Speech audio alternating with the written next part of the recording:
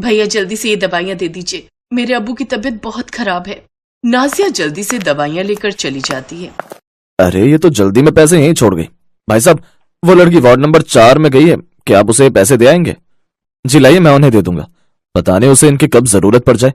अंकुर उस वार्ड की तरफ जाता है तो उस लड़की और उसके पिता की बात सुन लेता है और अपने कदम वहीं रोक लेता है। अब्बू, अब्बू मैं आपको कुछ नहीं होने दूंगी, डॉक्टर बस आते ही होंगे। मेरा तो अब समय पूरा होने वाला है बेटी, मुझे तो बस अब तेरी फिक्र है। मेरे जाने का वक्त आ गया है, फिर तू अकेले इस दुनिया में कैसे रहेगी? दोनों बाप बेटी बुरी तरह रो रहे थे कि तभी अंकुर वहां आ जाता है। जी मैं माफी चाहूंगा, लेकिन आप ये पैसे दवाई की दुकान पर ही भूल गई थी। वैसे क्या हुआ आपके पिताजी को? इन्हें लास्ट स्टेज का कैंसर है। ओह, आप हौसला रखिए, इन्हें कुछ नहीं होगा। तभी नाजिया के अब्बू जोर जोर से सांस लेने लगते हैं और वो अपनी बेटी का हाथ अंकुर के हाथ पे देते हुए कहते हैं, बेटा, अब मेरे पास और समय नहीं है। इस गरीब बूढ़े बाप की जमानत को अपना समझकर अपना लेना। तुम अच्छे घराने के लड़के लगते हो, तुम भले इंसान लगते हो। मेरे जाने के बाद मेरी बेटी का ख्याल रखना। तभी उसके अब्बू इस दुनिया से विदा हो जाते हैं। नाजिया फूट फूट कर रोने लगती है। फिर उससे मंदिर में शादी कर उसे अपने घर ले आता है। लेकिन जब अंकुर की माँ सरला को ये बात पता लगती है कि नाजिया एक मुस्लिम लड़की है तो वो उससे नफरत करने लगती है। हे राम, तू इस मीट मांस खाने वाली को क्यों ले आया, सत्यानाश। फिर अंकुर अपनी माँ को सारी बात बताता है। अब सरला के पास उसे अपनाने के अलावा और कोई चारा भी नहीं था। नाजिया ने पहले कभी साड़ी नहीं पहनी थी, लेकिन अब तो उसे साड़ी पहनकर ही रहना था, इसलिए वो यूट्यूब की मदद से साड़ी पहनना सीखती है। फिर आदर्श बहू की तरह सर पर सिंदूर, माथे पर बिंदिया और पूरा श्रृंगार कर तैयार हो जाती है। फिर अपनी सास का आशीर्वाद लेने जाती है। ये सब करने की कोई जरूरत नहीं है। मैंने भले ही तुम्हें इस घर में रहने की जगह दे दी हो, लेकिन मेरे दिल में तू कभी जगह नहीं बना पाएगी। ऐसा मत कहिए माँ जी। तभी अंकुर वहां आ जाता है। माँ, आज इसके इस घर में पहली रसोई है ना, तो क्या बनाएगी पहली रसोई में अपनी? अपने बेटे के सामने सरला अपना गुस्सा शांत कर लेती है और कहती है, ऐसा कर बहू, रसमलाई, मलाई कोफ्ते, पूरी, छोले, खीर, शाही पनीर और रायता बनाना है तुझे। और हाँ, वो भी सिर्फ 1 घंटे में। यही हमारे यहाँ का रिवाज है। जी ठीक है माँ जी। अब पता चलेगा इसे 1 घंटे में इतना सब आखिर कैसे बना लेगी। अब नाजिया जल्दी से रसोई में जाकर सब तैयारियों में लग जाती है और 1 घंटा होने में अभी 5 मिनट बाकी थे। उससे पहले ही सब खाना बनाकर ले आती है। ये देख सरला हैरान रह जाती है। फिर उसके बनाए हुए खाने को खाकर मन ही मन सोचती है, वाह वाह, क्या स्वादिष्ट खाना बनाया है इसने, लेकिन अगर मैंने इसकी तारीफ कर दी तो इसके भाव बढ़ जाएंगे। रसमलाई मीठी नहीं है, और ये क्या, इस सब्जी में कितना नमक है, और ये पूरी भी कच्ची सी लग रही है। नहीं माँ, सब ठीक तो है, खाना कितना अच्छा बना है। चुप कर तू, आते ही जोरू का गुलाम हो गया है तू। इसी तरह वो नाजिया के हर काम में कुछ न कुछ कमी निकालती रहती, जिससे नाजिया दुखी तो हो जाती, लेकिन अपनी सास की बातें सुनने के अलावा वो कर भी क्या सकती थी, क्योंकि उसके मायके में तो कोई नहीं था जिससे वो अपने दुख बांट सके। ऐसे कुछ दिन बीत जाते हैं। एक रोज सरला मंदिर में बैठी पूजा कर रही थी, तभी वहां नाजिया आ जाती है। उसे देख सरला गुस्से में कहती है, तू यहाँ क्या कर रही है? तूने मेरे मंदिर को अशुद्ध कर दिया। माँ जी, मैं तो पूजा करने आई थी। आई बड़ी पूजा करने वाली, तू मुस्लिम क्या जाने हिंदू पूजा के बारे में। तूने तो बचपन से वो अल्लाह अल्लाह ही किया होगा। ऐसा नहीं है माँ जी, मैंने हिंदू पूजा देखी है, मेरी एक सहेली हिंदू ही थी।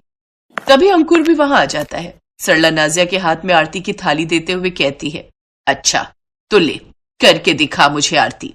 तभी नाजिया आरती करने लगती है। ओम जय जगदीश हरे, स्वामी जय जगदीश हरे, भक्त जनों के संकट क्षण में दूर करे, ओम जय जगदीश हरे। अपनी मुस्लिम बहू का ये रूप देखकर वो हैरान थी। नाजिया दिल की बहुत साफ थी। जब से वो उस हिंदू परिवार में आई थी, उसने खुद को पूरी तरह से वहीं के रंग ढंग में ढाल लिया था। अब वो भी घर में भजन कीर्तन करती, सभी व्रत करती और यहाँ तक कि खाना भी शाकाहारी खाती। सरला को मांसाहारी खाने से घिन्न थी, इसलिए नाजिया ने वो खाना भी छोड़ दिया। लेकिन इन सब से भी उस पर कोई फर्क नहीं पड़ा।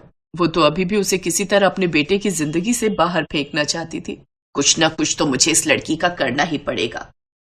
अगर ये जिंदा रही तो आने वाले हमारे वंश के रगों में भी मुस्लिम और हिंदू का खून दौड़ेगा।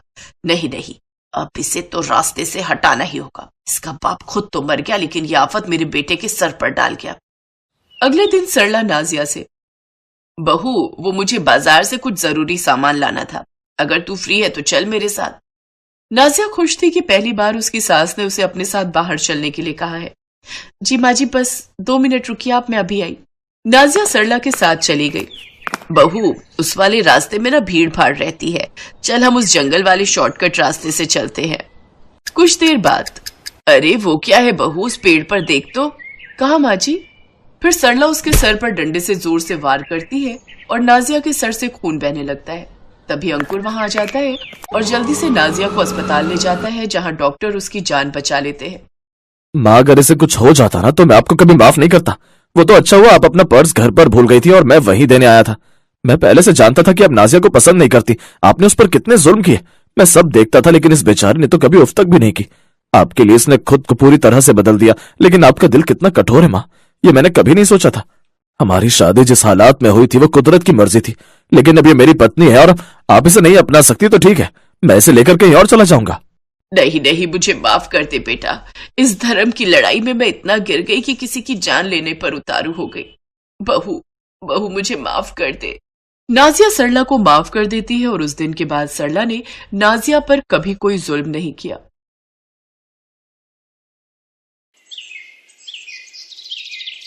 सुषमा की जब शादी हुई थी तब वो अपने ससुराल की इकलौती बहू थी। जब वो शादी करके इस घर में आई थी तब उसके परिवार में कुल 3 लोग थे, सुषमा, उसका पति और उसकी सास। लेकिन कुछ समय बाद ऐसा कुछ हुआ कि सुषमा की सास का निधन हो गया। फिर 2 साल बाद उसका परिवार आगे बढ़ा और उसने 2 बेटे और 2 बेटियों को जन्म दिया। अब वो 2 से 6 हो गए। अपने सास ससुर के जिस घर में वो लोग रहते थे वो एक छोटा सा घर था। वैसे तो सास ससुर के मकान में रहना बड़े ही गर्व की बात है, लेकिन क्या हो जब बढ़ते परिवार के साथ छोटे घर में रहना मुश्किल हो जाए। उस घर में एक छोटा सा बेडरूम और छोटा सा हॉल, इसके साथ टॉयलेट, बाथरूम और एक किचन था। जब तक सुषमा के बच्चे छोटे थे तब तक तो गुजारा बड़े ही अच्छे से चल रहा था, लेकिन जैसे ही सुषमा के चारों बच्चे बड़े हुए उस घर में गुजारा करना मुश्किल हो गया और अब ये घर छोटा लगने लगा था। लेकिन अपने पुश्तैनी मकान से जुड़े होने के कारण सुषमा किसी भी कीमत पर इस घर को छोड़कर नहीं जाना चाहती थी। अब उसका बड़ा बेटा जवान हो गया और उसकी अच्छी नौकरी लग गई। एक रोज, माँ अब तो मैं भी कमाने लगा हूँ, तो क्यों ना हम एक अच्छा सा फ्लैट ले लें और वहीं चल कर रहे हैं। क्यों ले फ्लैट? मुझे तो नहीं रहना उस घोंसले में। भला वो भी कोई घर होता है? वो तो बस कैद खाना होता है। ना तो अपनी कोई जमीन और ना ही छत, बस पड़े रहो उस कुटिया में। मुझे तो लगता है हमारी सारी उम्र जमीन पर बिस्तर लगाने में ही बीत जाएगी। तू क्यों चिंता करती है? कुछ महीनों में तेरी शादी हो जाएगी, फिर तू आराम से अपने ससुराल में पलंग पर जाकर सोना। बच्चों के लाख समझाने पर भी सुषमा नहीं मानी। ऐसे ही कुछ दिन बीत गए। फिर एक रोज, माँ मुझे अपने ऑफिस में काम करने वाली सुहानी पसंद है और हम दोनों एक दूसरे से शादी करना चाहते हैं। आप कहो तो मैं उसके घर वालों से बात करूँ। अब जब तूने लड़की पसंद कर ही ली है तो मैं कौन होती हूँ मना करने वाली। बुला ले उनको मिलने। ये सुनकर मयंक खुश हो जाता है, लेकिन वो मन ही मन सोचता है, अगर मैंने सुहानी के पेरेंट्स को अपने घर पर बुलाया तो वो तो इस माचिस की डिब्बी जैसे घर को देखकर ही मना कर देंगे। नहीं नहीं, मैं ऐसा करता हूँ, कोई रेस्टोरेंट बुक कर लेता हूँ। फिर दोनों परिवार एक रेस्टोरेंट में मिलते हैं, जहाँ सबकी रजामंदी से रिश्ता पक्का हो जाता है। कुछ दिनों बाद दोनों की सगाई का फंक्शन होता है। इसके लिए भी मयंक एक बैंकेट हॉल चुनता है जहाँ उनकी सगाई पूरी होती है। बेटा सगाई तो निपट गई, लेकिन शादी के बाद क्या होगा? आप फिक्र मत करो भैया, जब तक कोई जुगाड़ नहीं हो जाता आप और भाभी बेडरूम में सो जाना और मैं, बाबा, माँ और अनिल और सोनम बाहर हॉल में सो जाएंगे। 1 महीने बाद उन दोनों की शादी हो जाती है। शादी के बाद सुहानी अपने ससुराल आ जाती है।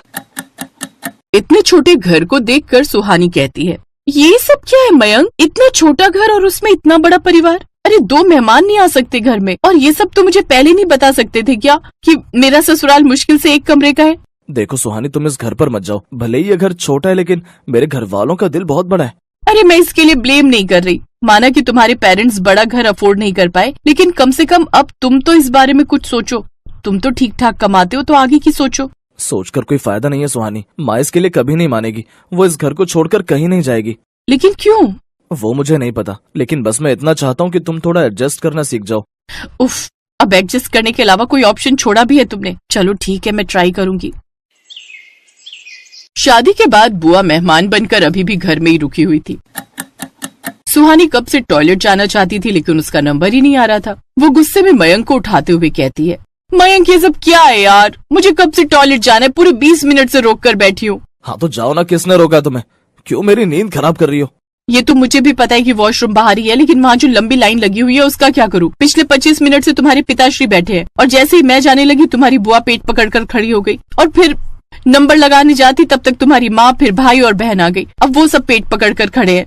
अरे मेरी माँ, धीरे बोल, सब सुन लेंगे। और मेरी बात मानो तो कल से तुम सुबह जल्दी उठ जाया करो। मयंक मैं न सच्ची, मुझे तुम पर गुस्सा आ रहा है। ऐसे ही 2 दिन बीत जाते हैं। सुहानी अपने कमरे में होती है जब सुषमा आकर उसके कमरे के बीचों बीच पर्दा लगाने लगती है। माँ जी, ये आप क्या कर रही हैं? अरे बहू, तुम्हारी बुआ सास कह रही हैं वो अभी कुछ दिन और यहीं रुकेंगी। ऊपर से वो थोड़ी बूढ़ी हैं तो उन्हें गर्मी ज्यादा लगती है और तुम तो जानती ही हो कि एसी तो सिर्फ तुम्हारे बेडरूम में ही लगा है, इसलिए अब उनकी खाट यहीं तुम्हारे कमरे में लगा रही हूँ।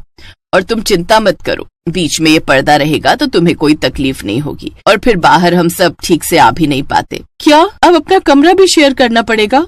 हाँ बहू, अब तुम्हारी शादी हो गई है, मायके के ठाट बाट भूल जाओ। अब न तुम एडजस्टमेंट की आदत डाल लो और अब बेटे की शादी हो गई है तो मेहमानों को तो बाहर नहीं निकाल सकती ना। अब बूढ़ी बुआ की खाट सुहानी के कमरे में लग जाती है।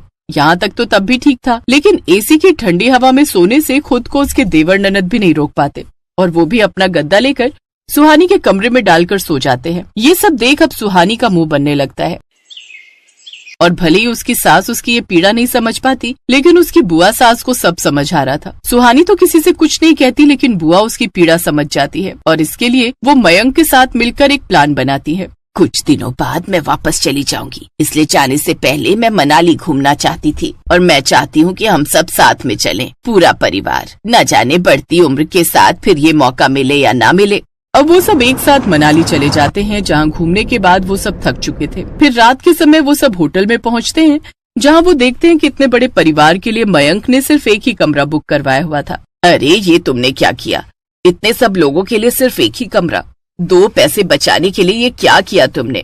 उसे ऐसा करने के लिए मैंने ही कहा था, और इसमें बुरा भी क्या है? सब जैसे तैसे एडजस्ट कर लेंगे। कैसे कर लेंगे दीदी, आप ही बताओ, इतने बड़े परिवार के लिए कमरे में कैसे गुजारा होगा? यही तो मैं तुझे समझाना चाहती हूँ सुषमा। जब परिवार बड़ा हो जाए तो एक कमरे में गुजारा करना मुश्किल हो जाता है। ऊपर से अगर घर में नई बहू आ जाए, अब वो बेचारी किसी से कुछ कहती नहीं, इसका मतलब ये नहीं कि तुम उसकी मजबूरी ना समझो। ना तो वो बेचारी ठीक से अपने बिस्तर पर आराम से बैठ सकती है, ना ही वो अपने पति के साथ चैन के पल बिता सकती है। पैसों की कमी की वजह से बड़े परिवार को एक कमरे में रहना पड़े तो समझ भी आता है, लेकिन तुम तो जानबूझकर उस पुश्तैनी घर की मोहमाया में पड़ी हो। देखो सुषमा, परिवर्तन ही संसार का नियम है। आप ठीक कहती हो, ना जाने अपने बच्चों की बात समझने में मुझे ही क्यों समय लगा। अब मैं अपने बड़े परिवार के लिए बड़ा घर लूंगी। ये हुई ना बात। चलो अब मयंक और सुहानी को अकेला उनके इस कमरे में छोड़ देते हैं और हम सब अपने अपने कमरे में चलते हैं।